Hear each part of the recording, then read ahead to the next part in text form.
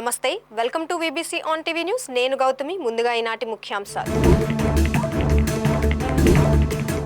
దేశాభివృద్ధిలో తమిళనాడు కీలకమన్న కేంద్ర మంత్రి. భారతీయ రైల్వేకు చెన్నై విద్యార్థుల టెక్నాలజీ దోహదం.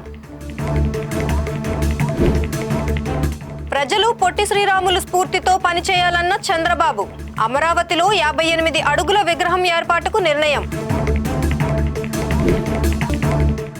అక్కయ్యపాలెం పోర్టు స్టేడియంలో ఆర్ఎస్ఎస్ మహానగర్ సాంఘిక్. వందలాదిగా పాల్గొన్న స్వయం సేవకులు. వైసీపీ హయాంలో 4 కోట్లు నిరుపయోగమన్న మంత్రి. మళ్లీ సుజల స్రవంతి తీసుకువచ్చామని జనార్దన రెడ్డి వెల్లడి. ఐఐటి చెన్నై విద్యార్థులు ఇటీవల హైపర్ లూప్ సాంకేతికతను ఉపయోగించి రూపొందించిన ప్రాజెక్ట్ భారతీయ రైల్వేకు ఎంతో ఉపయోగకరంగా ఉంటుందని అశ్విని వైష్ణవ్ పేర్కొన్నారు. చెన్నైలో జెట్వర్క్ ఎలక్ట్రానిక్స్ నూతన తయారీ కర్మాగారాన్ని మంత్రి అశ్విని వైష్ణవ్ ప్రారంభించారు. ఈ సందర్భంగా కేంద్ర మంత్రి అశ్విని వైష్ణవ్ మాట్లాడుతూ 15 ఎకరాల్లో విస్తరించి ఉన్న ఈ కర్మాగారం తమిళనాడులో ఎలక్ట్రానిక్స్ తయారీ పరిశ్రమను పెంచడంలో కాక 500 బిలియన్ల ఈఎస్డిఎం మార్కెట్ను సాధించాలనే భారతదేశ ఆశయానికి మద్దతు ఇవ్వడంలో కీలక పాత్ర పోషిస్తుందన్నారు. తమిళనాడు ఎలక్ట్రానిక్స్ తయారీకి ప్రధాన కేంద్రంగా ఎలా అవతరించిందనే విషయాన్ని ఆయన వివరించారు. భారతదేశ ఎలక్ట్రానిక్స్ తయారీ రంగం వేగంగా అభివృద్ధి చెందుతుందని ఆయన పేర్కొన్నారు. ప్రధానమంత్రి నరేంద్ర మోడీ దార్శనికతను మంత్రి కొనియాడారు. తాము భారతదేశాన్ని ప్రపంచ తయారీ కేంద్రంగా ఉంచుతున్నారు. ఈ వృద్ధిలో తమిళనాడు కీలక పాత్ర పోషిస్తుందని కేంద్ర మంత్రి అశ్విన్ వైష్ణవ్ అన్నారు. When our Prime Minister Shri Narendra Modi ji, he took the responsibility of the country. That time electronics manufacturing was a very small industry. Today electronics has become the second largest export item in the country. In the execution, the state governments have all supported. So I thank all the state governments, including the government of Tamil Nadu, for all the support which has come in execution of Prime Minister Modi ji's vision.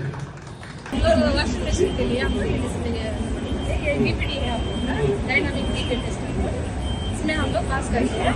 ये सारा हम लोग का electronics हम लोग का display का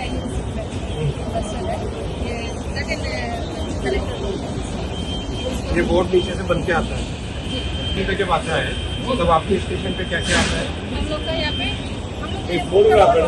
हम लोग का बस यहाँ पे डीपीडी डायनामिक टिकट कितना आपका ट्रेनिंग कहाँ पे हुआ? ट्रेनिंग यहाँ पे अभी 1 month. 1 month. Very good. Excellent. 2 electronics manufacturing clusters with investment of 1,112 crore. One at Pillaipakam. Second, Manalur. So these 2 will be set up as very large electronics manufacturing clusters, and that will help our growth of electronics manufacturing in Tamil Nadu in a very big way. Andhra జాతిపిత అమరజీవి పొట్టి శ్రీరాములు 58 రోజుల ఆమరణ నిరాహార దీక్షకు గుర్తుగా అమరావతిలో 58 అడుగుల విగ్రహాన్ని ఏర్పాటు చేయాలని నిర్ణయించినట్లు ఏపీ ముఖ్యమంత్రి చంద్రబాబు తెలిపారు. ఈ మేరకు పొట్టి శ్రీరాములు జయంతి సందర్భంగా ఉండవల్లిలోని తన నివాసంలో చంద్రబాబు ఆయనకు నివాళులర్పించారు. ఈ సందర్భంగా ఏర్పాటు చేసిన కార్యక్రమంలో మంత్రి నారాయణ, డూండి రాకేష్ తదితరులు పాల్గొన్నారు. ఈ సందర్భంగా సీఎం చంద్రబాబు మాట్లాడుతూ ఆమరణ దీక్షతో ఆంధ్రులకు ప్రత్యేక రాష్ట్రాన్ని సాధించి పెట్టిన మహానీయుడంటూ పొట్టి శ్రీరాములు త్యాగాన్ని గుర్తు చేశారు. పొట్టి శ్రీరాములు 58 రోజులు దీక్షకు గుర్తుగా రాజధానిలో 58 అడుగుల విగ్రహం ఏర్పాటుకు నిర్ణయం తీసుకున్నామని తెలిపారు. అలానే పొట్టి శ్రీరాములు స్మారక పార్కును కూడా ఏర్పాటు చేస్తామని హామీ ఇచ్చారు. పొట్టి శ్రీరాములు నెల్లూరు జిల్లాలోని ఆయన స్వగ్రామం అభివృద్ధికి చర్యలు చేపడతామన్నారు. అక్కడ మ్యూజియం ఏర్పాటు చేయాలని తెలిపారు. ఆయన పేరుతో ఆధునిక ఉన్నత పాఠశాలలు నిర్మిస్తామని, ఈ ఉగాది నుంచి P4 విధానం ప్రారంభిస్తామని తెలిపారు. ఆర్థిక అసమానతలు తొలగించేందుకు ఈ విధానమని, ప్రతి ఒక్కరూ పొట్టి శ్రీరాములు స్ఫూర్తితో పనిచేయాలని కోరారు. ప్రతి ఒక్కరూ 10 మంది తెలుగువారిని పైకి తేవాలన్నారు. ఏడాది పాటు పొట్టి శ్రీరాములు జయంతి ఉత్సవాలు నిర్వహణకు ప్రభుత్వం నిర్ణయం తీసుకుందని తెలిపారు. వచ్చే ఏడాది మార్చి 16 వరకు వీటిని నిర్వహిస్తాం అని చంద్రబాబు అన్నారు. పురుషుడు పొట్టి శ్రీరాములు గారిని కూడా మీకు తెలియజేస్తున్నా. దీనికోసం ఆయన మీరందరూ కూడా చాలా సామూహిక కార్యక్రమాలు చేయడానికి ముందుకు వస్తున్నారు. వీలైతే ఆయన ఆత్మార్పణ చేసినటువంటి దీక్షాస్థలను సందర్శించడం, ఆయన స్వగ్రామాన్ని అన్ని విధాలు నేను కూడా ఆ రోజు డెవలప్ చేయడానికి వచ్చాం. మొట్టమొదటిసారిగా మీరు చూస్తే పొట్టి శ్రీరాములు గారి పేరుతో ఒక జిల్లా పెట్టింది నేనే పెట్టాను. పొట్టి శ్రీరాములు నెల్లూరు జిల్లా పెట్టాను. అదే మరి ఎప్పటికప్పుడు ఆయన స్ఫూర్తిని ముందు తీసుకుపోవడం కోసం చాలా కార్యక్రమాలు చేశాం. ఈ రోజు రాజధానిలో కూడా 58 రోజుల దీక్ష గుర్తుగా ఆయన స్ఫూర్తికి 58 అడుగుల విగ్రహాన్ని పెట్టాలని చెప్పి నిర్ణయిస్తున్నాం.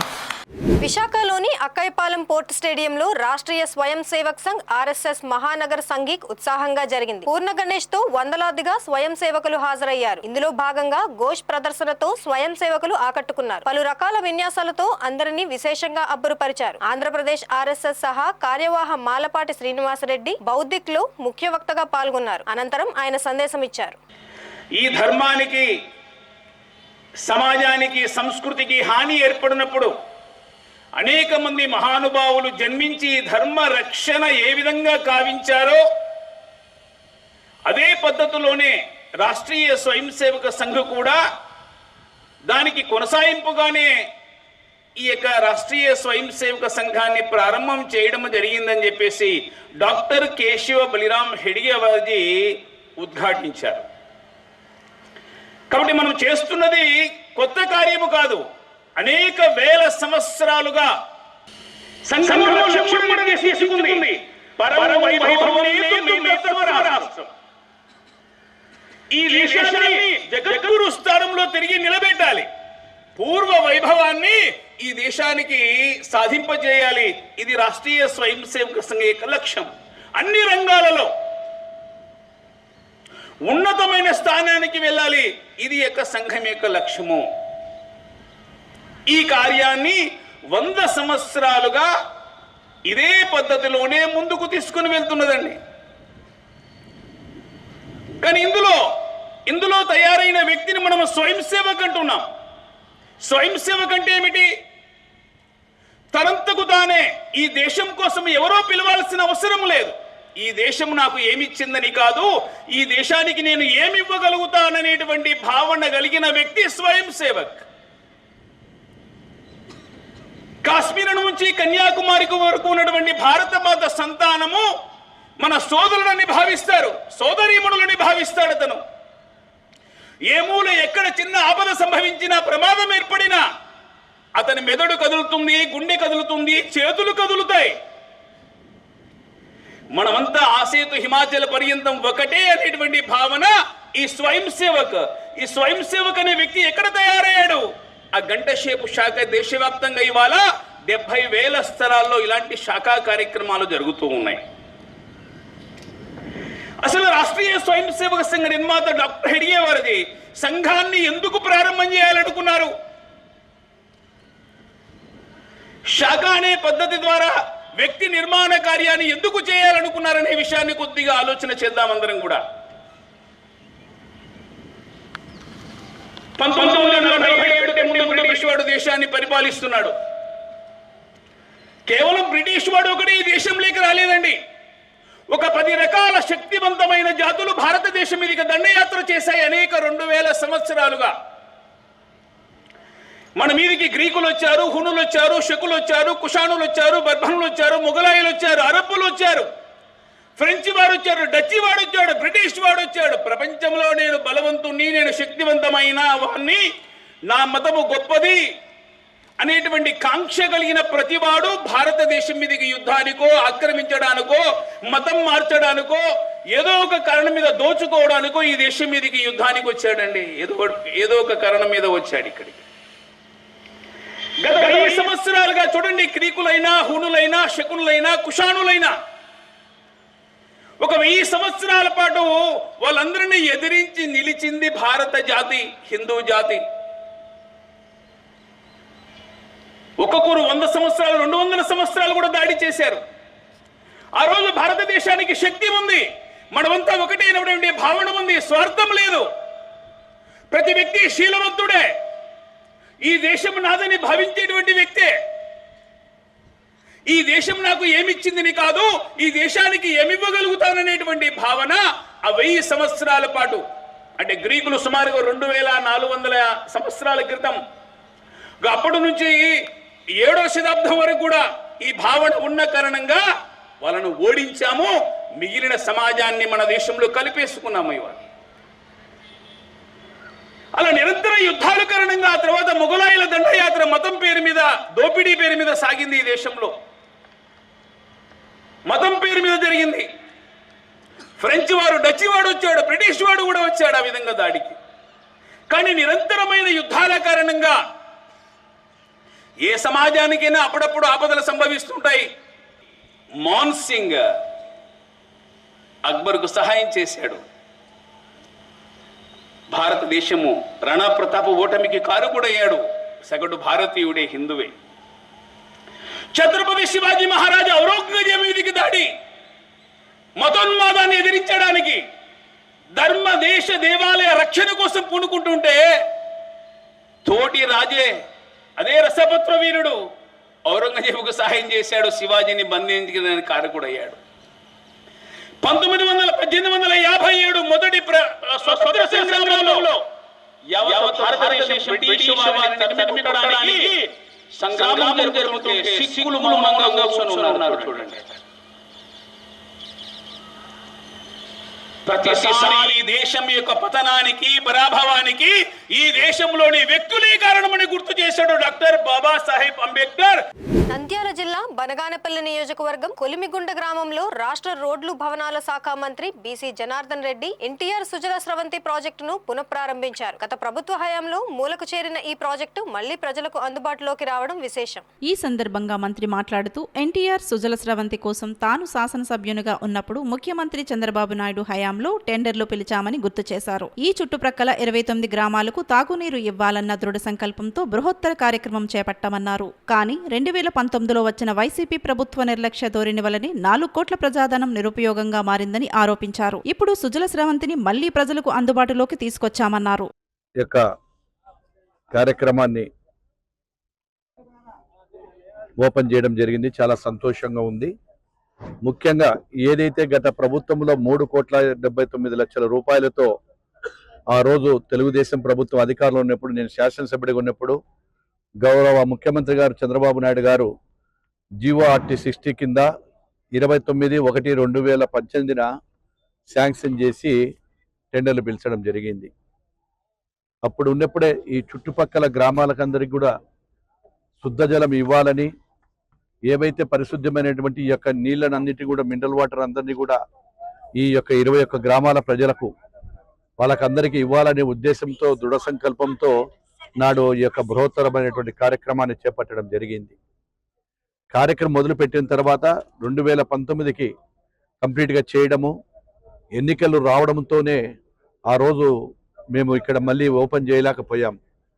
తర్వాత వచ్చిన ప్రభుత్వము ఆ ప్రభుత్వ నిర్లక్ష్య ధోరణితో, గత శాసనసభ్యుడి అసమర్థతతో, ఒక శాసనసభ్యుడి అసమర్థత వలన దాదాపుగా 5 సంవత్సరాలకు పైన ఏదైతే ఈ 4 కోట్ల రూపాయల దగ్గర వెచ్చించినటువంటి సొమ్ము అంతా కూడా, ప్రజాధనం అంతా కూడా నిరుపయోగంగా పడడం జరిగింది.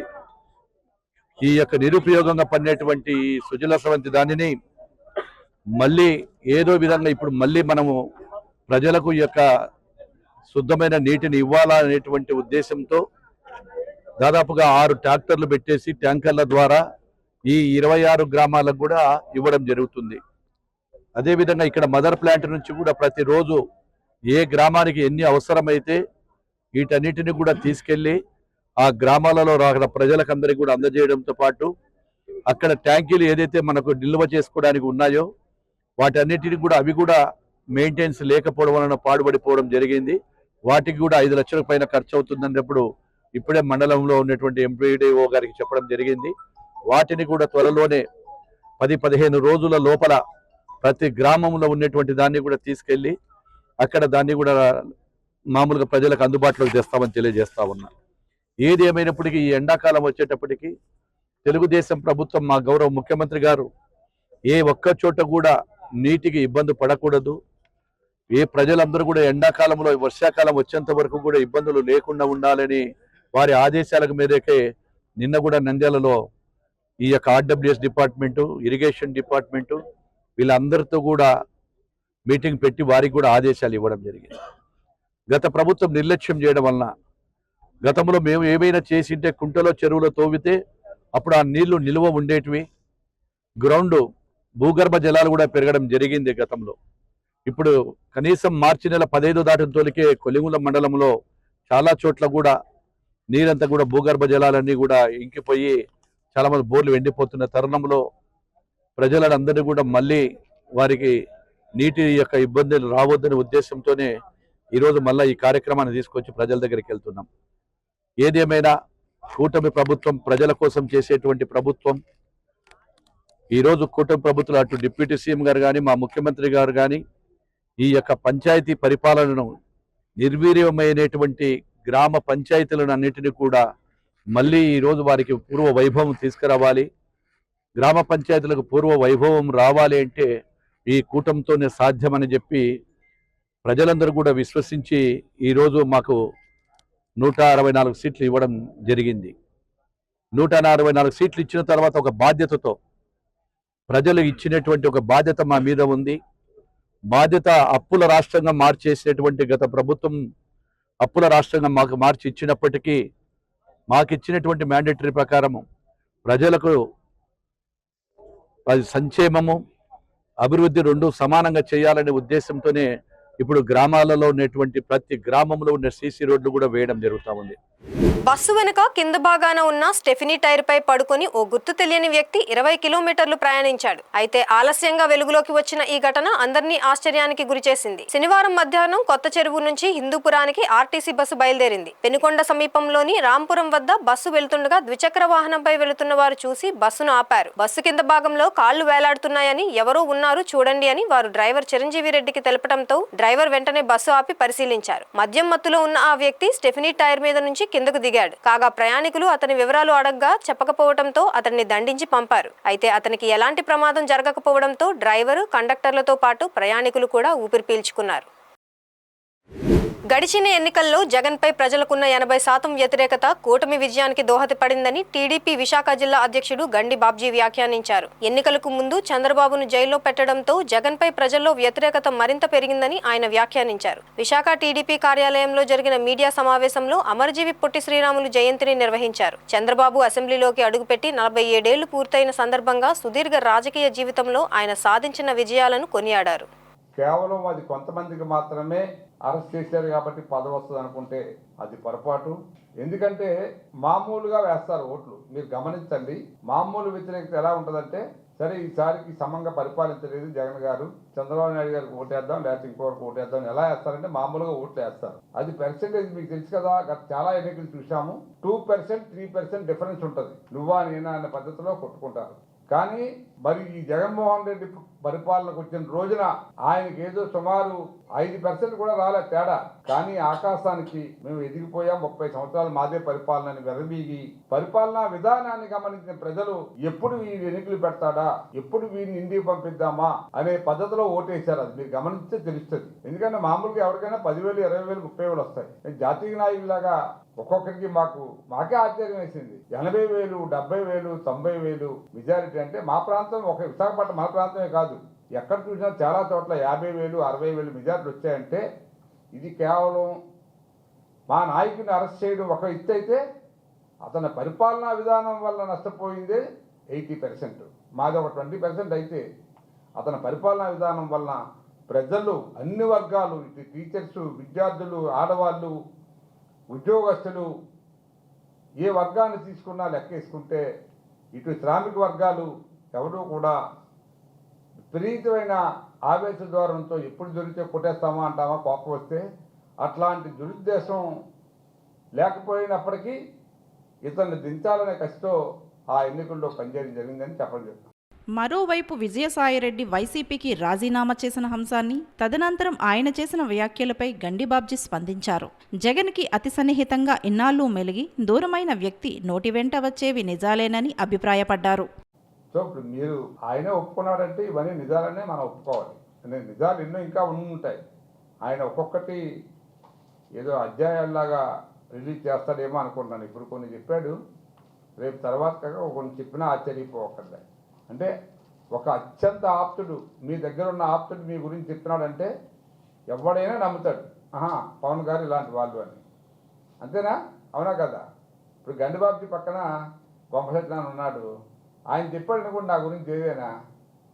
లేదా భరత్ గారు ఎప్పుడు 24 గంటలు ఆయనతో ఉంటాడు కాబట్టి ఇది కరెక్ట్ అయి ఉంటుందని చెప్పి నమ్మే పరిస్థితి ఉంది. ఎందుకంటే విశారెడ్డి గారు కూడా ఈవేళ ఆయనకి 24 గంటల్లో 20 గంటలు ఆయన సలహాలు తీసుకొని ఆయనతోటే పరిపాలన చేయిస్తున్నాడనే అపవాదు ప్రజలందరికీ తెలుసు, రాష్ట్రంలో ఉన్న ప్రజలందరికీ తెలుసు. మన ప్రాంతంలో ఆయన పరిపాలన చేయొచ్చు విశారెడ్డి, కానీ రాష్ట్రంలో ఉన్నది 5 రెడ్లకి 5 ప్రాంతాలు అప్పచెప్పాడనే సంగతి అందరికీ తెలిసిందే కదా. సో అతను చెప్పిన మాటల్లో ఒక్కటి కూడా తప్పు ఉంటుందని నేను అనుకోను. నిజాలే మాట్లాడతాడు అతను. ఎందుకంటే అతనికి పరివర్తన కలిగో లేకపోతే మరి అతను గౌరవం ఇవ్వలేదనో లేకపోతే రేపు రాబోయే రోజుల్లో ఇతనితో ఉంటే కేసుల్లో ఇరుక్కొని జీవితాంతం జైల్లో ఉంటారనే భయంతోనో ఈ నిజాలన్నీ ఒక్కొక్కటి బయటికి చెప్తే రేపు ఎప్రూవల్గా పోలీసులే పిలిచి ఇంకా ఏమన్నా చెప్పు, నువ్వు అన్నీ చెప్పేసి వదిలేస్తామని చెప్తే వదిలేస్తాను. అభివృద్ధి, సంక్షేమం, సామాజిక న్యాయం చేయడంలో బహుముఖ ప్రజ్ఞ చూపడం వల్లనే ఇంత సుదీర్ఘకాలం చంద్రబాబును ప్రజలు ఆదరించారని గణబాబు కొనియాడారు. ముఖ్యమంత్రి చంద్రబాబు 47 ఏళ్ల రాజకీయ ప్రస్థానంపై ప్రభుత్వ విప్ పశ్చిమ నియోజకవర్గ ఎమ్మెల్యే గణబాబు మీడియా సమావేశం నిర్వహించారు. ఈ సందర్భంగా గణబాబు మాట్లాడుతూ చంద్రబాబు నాయుడు శాసనసభలో ఎమ్మెల్యేగా తొలి ప్రమాణ స్వీకారం చేసి మార్చి 15కి 47 ఏళ్లు పూర్తి అవుతుందని తెలిపారు. చంద్రబాబు ఎమ్మెల్యేగా 41 ఏళ్లు, ముఖ్యమంత్రిగా 15 ఏళ్లు పనిచేశారని, ఈ రికార్డు ఏపీ చరిత్రలోనే ఇదే మొదటిసారి అని వ్యాఖ్యానించారు. విజన్ 2020 నిజమై లక్షలాది ఉద్యోగాలు కల్పించి సంపద సృష్టించిందని తెలిపారు. ముఖ్యమంత్రి స్వర్ణాంధ్ర విజన్ 2047తో తలసరి ఆదాయం 35 లక్షలకు పెంచేందుకు అహర్నిశలు కృషి చేస్తున్నారని వివరించారు. రాష్ట్రంలో 18 మంది సీఎంలు స్థాపించిన విద్యుత్ స్థాపత సామర్థ్యం సుమారు 5,000 మెగావాట్లు ఉంటే చంద్రన్న ఒక్కరే 15,000 మెగావాట్లు సామర్థ్యం గల విద్యుత్ ప్లాంట్లు స్థాపించారన్నారు. జగన్ ఏజెన్సీలో గంజాయి పెంచగా చంద్రన్న కాఫీ తోటలు పెంచారని, అరకు కాఫీని ప్రపంచవ్యాప్తంగా విస్తరించారని పేర్కొన్నారు. రాజకీయ ప్రవేశం ముఖ్యంగా మొట్టమొదటిసారి శాసనసభ్యునిగా ప్రమాణ స్వీకారం చేసి మార్చి 15, 1978 47 ఏళ్ళు పూర్తయింది. 47 ఏళ్ళ ఎమ్మెల్యేగా 15 ఏళ్ళు ముఖ్యమంత్రిగా పనిచేసినటువంటి ఆ రికార్డు ఆంధ్రప్రదేశ్ చరిత్రలో ముఖ్యంగా అభివృద్ధి, సంక్షేమం ఒక విజనరీ లీడర్షిప్ ఉంటే ఆ ఫలాలు ఏ రకంగా ఉంటాయనేటువంటిది చూసాం. అనుభవమే కాదు, రాబోయే తరాల వారికి ఏ అంశాలపై ఫోకస్ చేయాలనేటువంటిది పాలకులకు ఉంటే ఎన్ని విమర్శలు వచ్చినా ఫలితాలు ఈ రకంగా ఉండబోతుందనేటువంటి అంచనాలు అవన్నీ కూడా నిజ రూపంలో మనకి కనిపించాయి.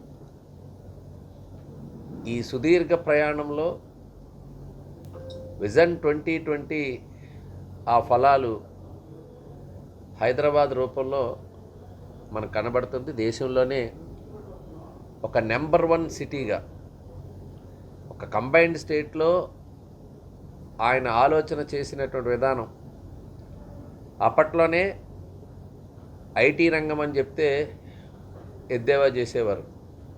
విజన్ 2020 అంటే ఎద్దేవా చేసేవారు. ఆ ఐటీ తెలుగు వాళ్ళు సుమారు 30 లక్షల పైన ఉద్యోగాలు సంపాదించి పెట్టిందంటే అది ప్రపంచవ్యాప్తంగా ఉన్నారు. ఈరోజు తెలుగు వాళ్ళు ప్రపంచవ్యాప్తంగా ఉద్యోగాల్లో ఉన్నారంటే దానికి కారకుడు ఆ రోజు చంద్రబాబు నాయుడు గారు తీసుకున్నటువంటి నిర్ణయం. ఈరోజు కూడా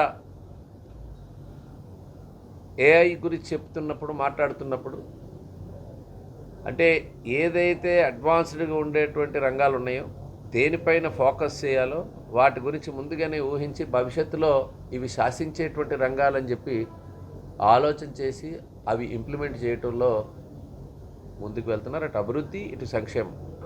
ఎన్నికలకు ముందు కూటమి ప్రభుత్వం ఉద్యోగులకు ఇచ్చిన హామీలను అమలు చేయడానికి ఒక రూట్ మ్యాప్ ఇవ్వాలని అమరావతి జేఏసీ అధ్యక్షులు బొప్పరాజు వెంకటేశ్వర్లు విజ్ఞప్తి చేశారు. ముఖ్యంగా రిటైర్డ్ అయిన ఉద్యోగులకి బకాయి ఉన్న మొత్తాన్ని తక్షణమే చెల్లించాలని కోరారు. AP work, art, PET instructors unity welfare association Visakha ఉమ్మడి జిల్లా ప్రాంతీయ సదస్సులో ఆయన ముఖ్య అతిథిగా పాల్గొన్నారు. ఈ సందర్భంగా బొప్పరాజు మాట్లాడుతూ తమకు రావాల్సిన 23 అంశాలపై ఇప్పటికే ముఖ్యమంత్రికి లేఖ రాయడం జరిగిందని, దానిపై ప్రభుత్వ సానుకూలంగా స్పందిస్తుందనే విశ్వాసం తనకు ఉందని తెలిపారు. సర్వశిక్ష అభియాన్లో పనిచేసే ఇన్స్పెక్టర్లకు కనీస వేతనం చెల్లించకుండా శ్రమ దోపిడీ చేయడం బాధాకరమన్నారు. వారిని పార్ట్ టైం ఉద్యోగులుగా కాకుండా ఫుల్ టైమ్ గా పరిగణించాలని ప్రభుత్వాన్ని డిమాండ్ చేశారు.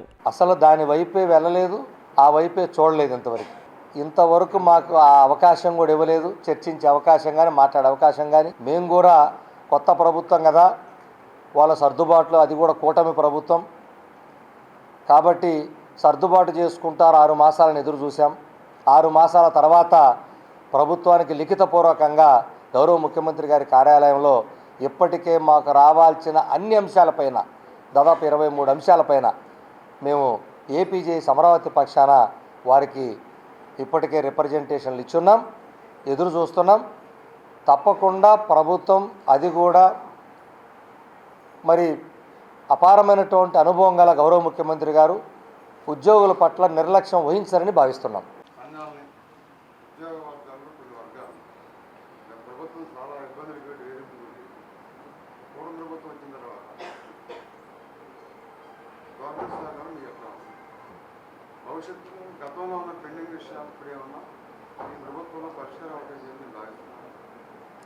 గత ప్రభుత్వ హయాంలో ప్రతి ఉద్యోగికి తెలిసిందే,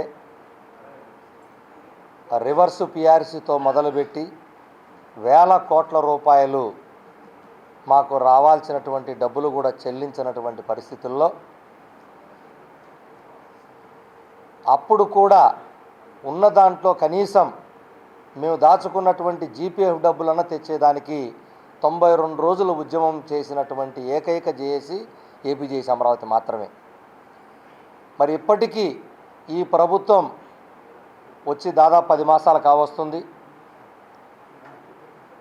అందరూ రాష్ట్రంలో ఉన్నటువంటి లక్షలాది మంది ఉద్యోగులు ఈ ప్రభుత్వం రావడంలో కీలక పాత్ర వహించారనేది అందరికీ జగమెరిగిన సత్యమే.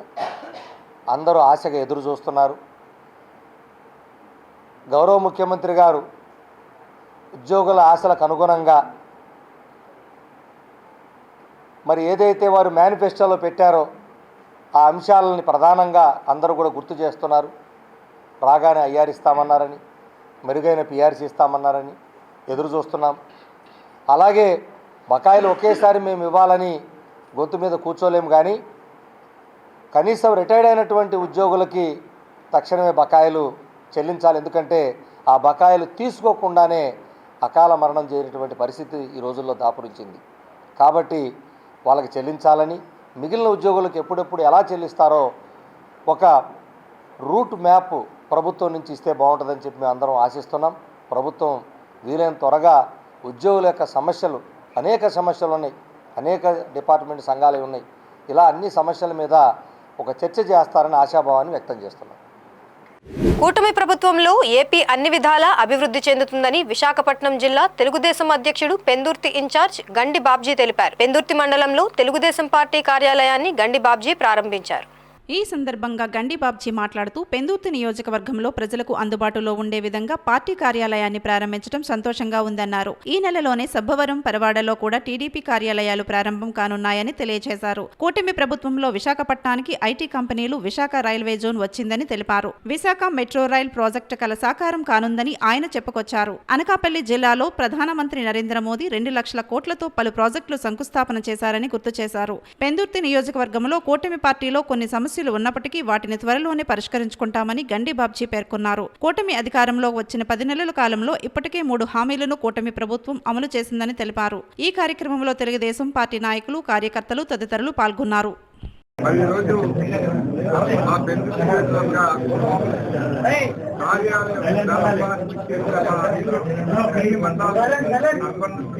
కార్పొరేటర్లకు, నాయకులకు, సీనియర్ నాయకులకు, అధ్యక్షులకు, అభిమానులకు, కార్యకర్తలకు అందరికీ కూడా నమస్కారం తెలియజేసుకుంటూ, మరి మీ అందరికీ తెలుసు ఎలక్షన్ తర్వాత పెందుర్తి నియోజకవర్గ ఇన్ఛార్జ్గా చంద్రబాబు నాయుడు గారు నాకు బాధ్యతలు అప్పచెప్పారు. దీంతో పాటు విశాఖ పార్లమెంటరీ అధ్యక్షుడిగా కూడా నాకు అవకాశం ఇవ్వడం జరిగింది. మరి ఈ మధ్యనే మీకు తెలుసు, మరి ఆయన ఏపీ ఆయిల్ ఫెడ్ చైర్మన్ కూడా ఇవ్వడం జరిగింది. కాబట్టి ఈ 3 బాధ్యతలు నిర్వహించడంలో చాలా ఇబ్బంది అయినప్పటికీ నా కార్యకర్తలకి నా వరకు నేను అందుబాటులో ఉంటున్నాననే నమ్మకం నాకు ఉంది. ఏమైనప్పటికీ కొంచెం ఇబ్బందులు ఉంటే ఇప్పుడు ఇంకా ఆఫీస్ పెట్టాం. పరవాడలో కూడా ఆఫీస్ తయారైంది. పరవాడలో కూడా పరారు పోవాలి ఇబ్బందులు తీసుకోవడానికి అక్కడ కూడా ఒక ఆఫీస్ పెడుతున్నాం. అట్లాగే సబ్బవరంలో కూడా ఎట్లాగో పెట్టాలి. సబ్బవరం ప్రాబ్లం ఏంటంటే సబ్బవరం ఎలాగో మా ఇంటి దగ్గర ఉంది కాబట్టి కార్యకర్తలు ఎమర్జెన్సీ అయితే రావడానికి అవకాశం ఉంది కాబట్టి అక్కడ అది సరిపోతుందనే భావంతో అక్కడ మేము మరి కార్యక్రమాలు కొనసాగిస్తున్నాం. ముఖ్యంగా ఈ సందర్భంగా మీతో నేను విషయాలు చెప్పదలుచుకున్నా. ఏదైతే ఈవేళ ప్రజలు ఎంతో ఆశతో నమ్మకంతో ఈ ఉమ్మడి ప్రభుత్వం మీద పెట్టిన బాధ్యతను చంద్రబాబు నాయుడు గారు సూచన తప్పకుండా అమలు చేస్తానని చెప్పి ఎన్నో సందర్భాల్లో చూసాం. నిన్న కూడా అసెంబ్లీలో ఆయన మాట్లాడడం చూసాం. చాలా మంది చెప్తున్నారు ఇంకా తల్లికి వందనం ఇంకా ఇవ్వలేదు అది ఇది అని చెప్పి. అది తప్పనిసరిగా మేలో ఇస్తానని చెప్పి ఆయన ప్రకటించారు. మీరు మన రాష్ట్రంలో జనాభా సంఖ్య బాగా తగ్గిపోతుంది కాబట్టి కొత్త జంటలు ఎవరైతే పెళ్లిళ్ళు అయ్యాయో మీరేం భయపడక్కర్లేదు. మీరేదో పెద్ద పెద్ద కాన్వెంట్లో చదివించుకోక్కర్లేదు.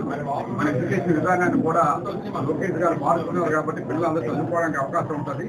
మీరు 4 కన్నా 5 కన్నా నేనే భరిస్తాను, వాళ్ళ తాలూకా ఛార్జీలన్నీ కూడా మేమే కడతామని చెప్పి చెప్పడం జరిగింది. ఈ వార్తలు ఇంతటితో సమాప్తం. మరిన్ని విశేషాలతో మళ్ళీ కలుసుకుందాం.